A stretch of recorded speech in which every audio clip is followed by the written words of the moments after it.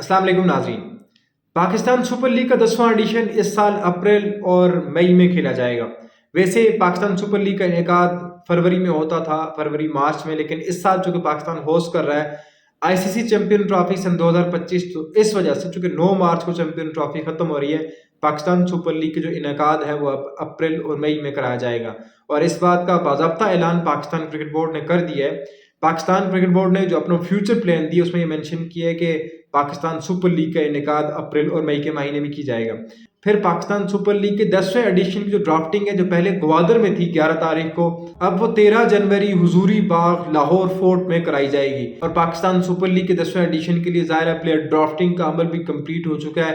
फिर जो retention list थी टीमों की वो भी हमारे सामने आ गई है। आज हम बात करेंगे कि कौन सी टीम ने किस प्लेयर को रिटेन किया है और किस टीम की रिटेंशन सबसे आला है पीएसएल के 10वें एडिशन के लिए, और फिर कौन कौन से ऐसे नाम हैं जो माजी में पाकिस्तान सुपर लीग के स्टार रहे हैं लेकिन इस दफ़ा फ्रेंचाइज क्रिकेट ने उनको इग्नोर किया है। तो आगाज़ करते हैं हम सबसे पहले लाहौर कलंदर से। शायद पाकिस्तान सुपर लीग की सबसे मशहूर जो फ्रेंचाइज है वो लाहौर कलंदर है। लाहौर कलंदर ने जिन नामों को रिटेन किया है उसमें शाहीन शाह अफरीदी जो इनके कप्तान भी हैं, एक पूरी कोर उन्होंने एक दफ़ा फिर रिटेन किया। उसके साथ फ़खर जमान को रिटेन किया, अब्दुल्ला शफीक हैं, हारिस रऊफ हैं, डेविड वीज़े हैं, फिर सिकंदर रजा है, जहानदाद खान और जमान खान। ये वो कोर है कि जिसको शायद पहले पीएसएल से संभाल कर रखा हुआ है। इनमें से मैक्सिमम जो खिलाड़ी हैं वो लाहौर कलंदर का परमानेंट हिस्सा रहते हैं, जिनमें से उनके जो बॉलिंग अटैक है हारिस रऊफ हो गए, उसमें डेविड वीज़ा हो गए, शाहीन शाह अफरीदी हो गए, फ़खर जमान हो गए। ये कोर है लाहौर कलंदर की जिसको वो हर साल मेंटेन करते हैं, और इसी कोर को मेंटेन करने की वजह से लाहौर कलंदर के जो रिजल्ट आए वो बेहतर आए as compared to first 4 PSL. इसमें एक नाम मिस है, राशिद खान को वो हमेशा अपने साथ रखा करते थे। पिछले एडिशन में भी शायद राशिद खान उनके लिए अवेलेबल नहीं थे, और अब शायद इस सीजन में भी राशिद खान अगर उनकी अवेलेबिलिटी होती है तो फिर आरटीएम के जरिए या किसी भी ऑप्शन के जरिए लाहौर कलंदर राशिद खान की तरफ जाएगा। लेकिन अगर राशिद खान अवेलेबल नहीं है तो फिर उनको रिटेन करने का फ़ायदा कोई नहीं था। आई थिंक के जो रिटेन की लिस्ट है लाहौर कलंदर की वो शायद आगे चल के आप देखेंगे कि सब टीमों से बेहतरीन लिस्ट जो है वो लाहौर कलंदर की अब तक है। फिर हम बात करते हैं इस्लामाबाद यूनाइटेड की। तो इस्लामाबाद यूनाइटेड जो लास्ट टाइम की चैंपियन है, उन्होंने शादाब खान, इमाद वसीम, उसके बाद Azam Khan, Naseem Shah, Colin Munro, रुमान rice, उसके बाद हैदर अली और सलमान अली आगा को रिटेन किया। आई थिंक कि इनकी भी जो रिटेंशन लिस्ट है वो बहुत अच्छी है, क्योंकि एक तरफ हैदर अली अच्छी फॉर्म में, फिर नसीम शाह इस वक्त पाकिस्तान के प्रीमियम फास्ट बॉलर हैं, शादाब खान उनकी जो पीएसएल की परफॉर्मेंस है वो किसी ढकी छुपी नहीं है, क्योंकि इंटरनेशनल क्रिकेट में वो अभी अपना कमबैक तलाश कर रहे हैं, लेकिन ऐन मुमकिन हो कि चैंपियन ट्रॉफी में उनका कमबैक हो जाए। फिर आजम खान को हम सारे जानते हैं। Imad Wasim basically a franchise cricketer, he has always perform well in these leagues, और वंस अगेन उसको रिटेन करने का फैसला अच्छा है। और फिर सलमान अली आ गए जिनकी एक साल की परफॉर्मेंस बहुत अच्छी है। कॉलिन मनरो को उन्होंने रिटेन किया है, अभी हमने बिग बैश में देखा है खेलते हुए। आई थिंक कि शायद कॉलिन मनरो अब रिटायर हो चुके हैं, लेकिन उनकी जो परफॉर्मेंस है लीग क्रिकेट में अब भी बहुत अच्छी है। तो another good retention list from Islamabad United as well. अब हम बात करते हैं कराची किंग्स की रिटेंशन लिस्ट पे। पाकिस्तान सुपर लीग के तमाम एडिशन में अगर आप देखें तो लाहौर कलंदर ने पहले 4 पीएसएल बहुत बुरे खेले, लेकिन उसके बाद लाहौर कलंदर वापस आई। कोयटा ने पहले 5 बहुत अच्छे खेले और उसके बाद कोयटा नीचे चली गई। लेकिन कराची ने एक ही सीजन, शायद 1 या 2 सीजन अच्छे खेले, उसके बाद जितने भी उनके 6, 7, 8 सीजन गए वो अच्छे नहीं गए। और कराची किंग्स की जो टीम होती थी वो भी इतनी खास कोई नहीं होती थी, टू बी ऑनेस्ट। अब देखते हैं कि इस दफा उन्होंने किसको रिटेन किया और फिर ड्राफ्ट में वो किन खिलाड़ियों को पिक करने जा रहे हैं, ये तो हमें 11 जनवरी को पता चलेगा। उन्हें रिटेन किया हसन अली को सबसे पहले, आई थिंक गुड रिटेंशन। फिर उन्हें जेम विंस को रिटेन किया। अब जेम विंस को जो रिटेन करना बनता है या नहीं बनता, इस पे मेरी कोई राय हो नहीं सकती, क्योंकि जेम विंस का मुझे नहीं पता कि वो आजकल किस फॉर्म में। जाहिर है कराची किंग्स वाले बेहतर जानते होंगे।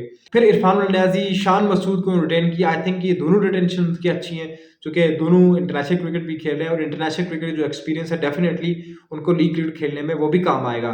फिर अरफात मिनहास हैं, टिम सेल्फर्ट हैं और जाहिद महमूद, ये वो प्लेयर हैं कि जिनको रिटेन किया है। कराची किंग्स ने सिर्फ 7 प्लेयर को रिटेन किया, मैक्सिमम आप 8 तक कर सकते हैं। कराची ने एक कम किए, बाकी ज्यादातर टीमों ने 8 रिटेंशन किए।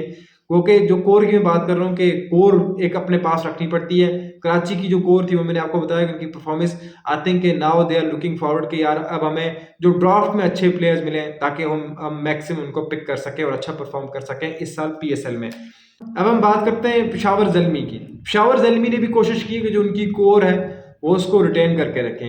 वंस अगेन 7 खिलाड़ियों को रिटेन किया है। पेशावर ज़ल्मी ने भी 8वीं रिटेंशन उनकी भी नहीं है। आई थिंक कि they are more looking forward in the draft कि हमें कुछ मज़ीद प्लेयर्स मिल सकें।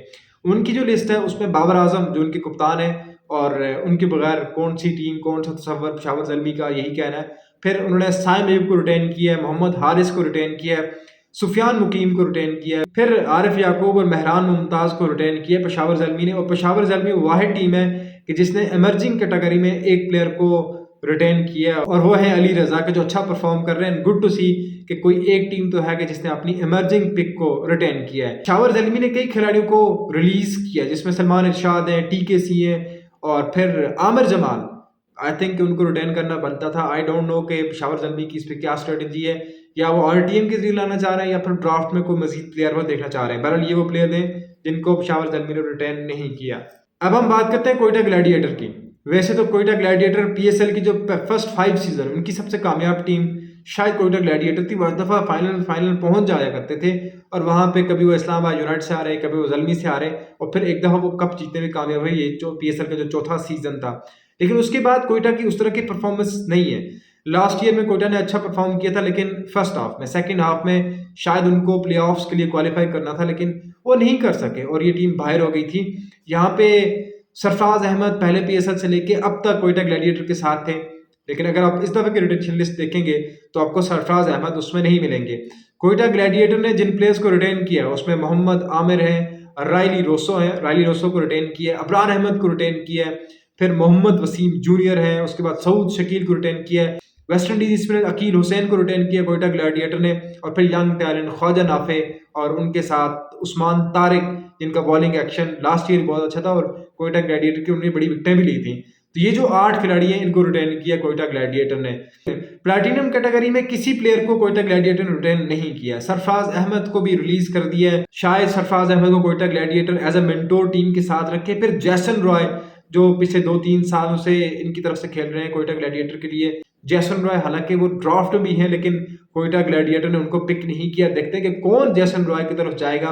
फिर पिछले साल सोहेल खान उनकी तरफ से खेल रहे थे, काफ़ी एक्सपीरियंस थे, उनको भी कोयटा ग्लैडिएटर ने रिटेन नहीं किया। आई थिंक कि जो कोयटा ग्लैडिएटर की रिटेंशन लिस्ट है वो भी अच्छी है कि देखें सरफराज अहमद की सो रिस्पेक्ट, लेकिन सरफराज अहमद अब T20 की प्रोडक्ट नहीं रहे। T20 में आपको यंग ब्लड चाहिए, और फिर सऊद शकील उनके यंग कप्तान हैं, उनकी कप्तानी में आपको मजीद यंग ब्लड ख्वाजा नाफे जैसा चाहिए होगा, और फिर experience like in the shape of Rilee Rossouw. फिर वो कुछ फॉरेन प्लेयर्स की तरफ देखेंगे जो उनके जो कम्बिनेशन है उसको बेहतर बनाने की कोशिश करेंगे। और फाइनली हम बात करते हैं मुल्तान सुल्तान की, मोहम्मद रिजवान और उनकी टीम की, कि उनकी रिटेंशन लिस्ट क्या है, उन्होंने किसको रिटेन किया, कौन से ऐसे प्लेयर्स हैं जिनको उन्होंने रिलीज किया है। सबसे पहले उसामा मीर और कप्तान मोहम्मद रिजवान उधर ही मौजूद हैं। फिर इफ्तिखार अहमद, उस्मान खान, क्रिस जॉर्डन और फैसल अकरम। सुल्तान ने भी 7 प्लेयर्स को रिटेन किया। 8वीं रिटेंशन मुल्तान सुल्तान की भी नहीं है, लेकिन जो उनकी कोर थी, जिसको वो कोर समझते हैं कि शायद उसको रिटेन करने में कामयाब रहे। इफ्तिखार अहमद, उस्मान खान उनकी टीम में खेल रहे हैं, उसामा मीर उनका बड़ा ज़बरदस्त बॉलर है जिसको उन्होंने कंटिन्यू किया। डेविड विली शायद बड़े अरसे से बड़े सीजन उनके साथ खेल चुके हैं, और मोहम्मद रिजवान एज ऑलवेज उनको तो मुल्तान सुल्तान कैसे छोड़ सकती है।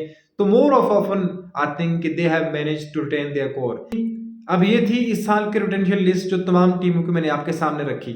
मेरे नज़दीक लाहौर कलंदर और इस्लामाबाद यूनाइटेड की retention list as compared to all other team बेहतर है। उनकी जो कोर है जिस पे वो बहुत ज़्यादा बिलीव करते हैं और होना भी चाहिए एज एन फ्रेंचाइज, उसको उन्होंने मेंटेन रखा हुआ है। उसके बाद अगर मैं बात करूं तो कोयटा ग्लैडिएटर की रिटेंशन लिस्ट बेहतर है बाकी टीमों के मुकाबले में। एंड देन हम बात करें कराची किंग्स, पेशावर ज़ल्मी और मुल्तान सुल्तान की, तो तीनों टीमें ऐसी हैं कि जिन्होंने 7-7 खिलाड़ियों को रिटेन किए, एक रिटेंशन नहीं की। शायद वो देखना चाह रहे हैं कि हमें ड्राफ्ट्स में मजीद अच्छे प्लेयर मिले, हमने इसीलिए 7 प्लेयर्स को रिटेन किए। लेट्स सी कि 13 जनवरी सन 2025 को जब ड्राफ्ट होगा और उसके बाद कंप्लीट हमारे पास टीम आ जाएंगी, तो हम देखते हैं कि ऑन पेपर सबसे तगड़ी टीम किसकी है। लेकिन अभी जो रिटेंशन लिस्ट आपके सामने रखी गई है, इसके हिसाब से आप बताएं कि आपको सबसे ज़्यादा जो मजबूत टीम लगी है इन रिटेंशन में, तो वो कौन सी है। कमेंट बॉक्स में हमें अपने कमेंट से जुड़ा कर कीजिएगा।